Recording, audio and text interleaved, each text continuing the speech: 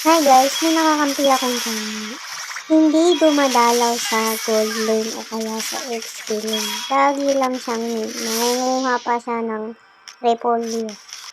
Ayan, puro kuya lang siya sa mid. Hindi ba?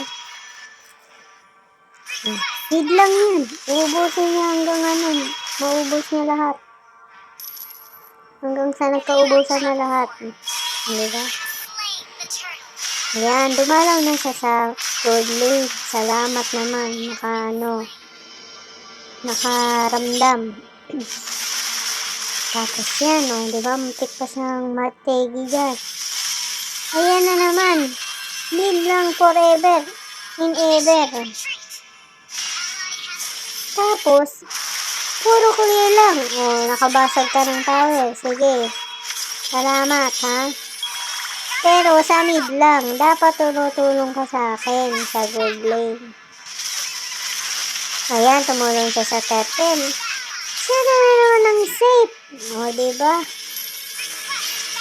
Tapos, pumunta na naman siya dito sa extreme. Dadalaw lang siya kapag walang tao at magbabasag ng tower at magpapatay ng crab. Siya din napatay. Diba? Ang karma digital. Ngayon, punta na naman niya ng favorite lane niya, mid lane. Diba?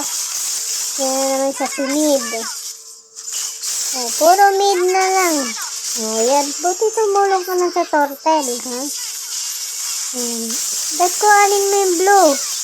Hindi mo pa kinuha. Kinuha mo na, narinig mo ako, diba? Tapos, ayan, mid lane na naman siya. SS. Lagi niya, ginagamit yung SS niya sa minions. Ay, akala ko minions yung Hayabusa.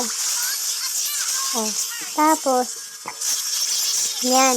Siyempre, mid lane lang lagi yan, diba? Kunin mo yung blue. Diba? Naging blue na si Hayabusa. Yung blue lang dapat. Tapos, ayan, siyempre, ganyan. Yan, naglolol. Nakuha yung lord, di ka kasi sumama.